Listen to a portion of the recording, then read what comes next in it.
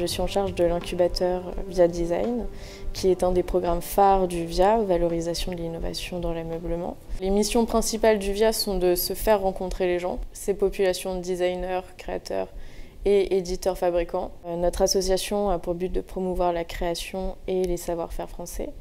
Dans ce cas, nous avons mis en place ce nouvel outil depuis 2 ans qui accompagne une dizaine de binômes chaque année sur le développement d'un projet.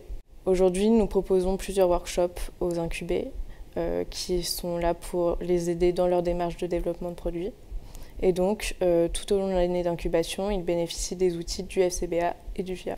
L'approche en fait du VIA et ce qu'ils ont mis en place avec les speed dating, ça donne une possibilité de créer de l'innovation mais de manière concrète, donc basée sur des process industriels existants. Ce qu'apporte le FCBA, c'est vraiment faire en sorte qu'ils prennent en compte l'ensemble des enjeux de l'ameublement.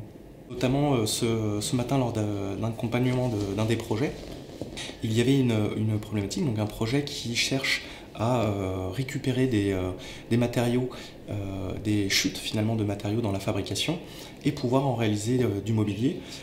Et donc toute la problématique a été d'identifier des procédés qui pourraient simplifier la démarche de transformation du verre, la simplifier de façon technique mais également économique. Les premiers temps ont été d'essayer d'apporter une réponse à cette problématique précise.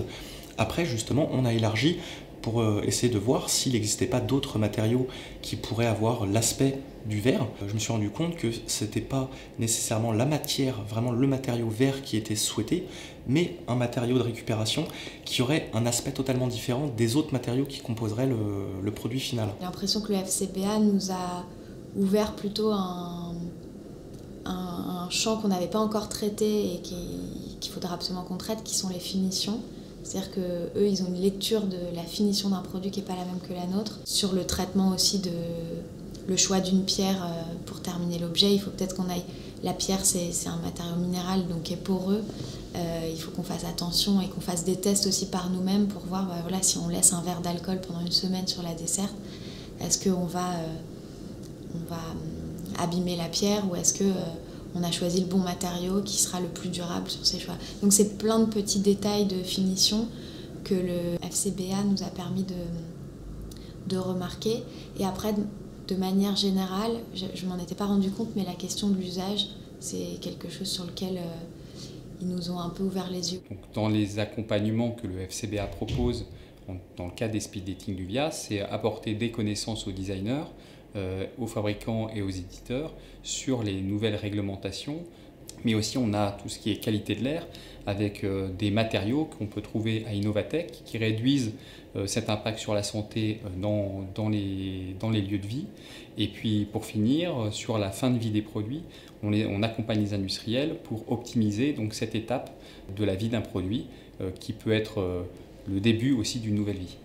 Pour nous, une entreprise qui débute, le support du VIA est précieux parce que ça nous permet d'avancer plus vite sur certains sujets. Ça nous permet de dégrossir plus facilement et de valider beaucoup plus vite des questions qu'on se posait. Quand on commence, on met en place un process de développement produit. Et en fait, le fait de rencontrer des personnes et des experts comme les experts du FCBA, ça nous permet d'intégrer des étapes dans notre process, des étapes supplémentaires qui vont garantir une meilleure qualité après. Et donc, ça nous permet d'être plus précis dans le développement produit aussi.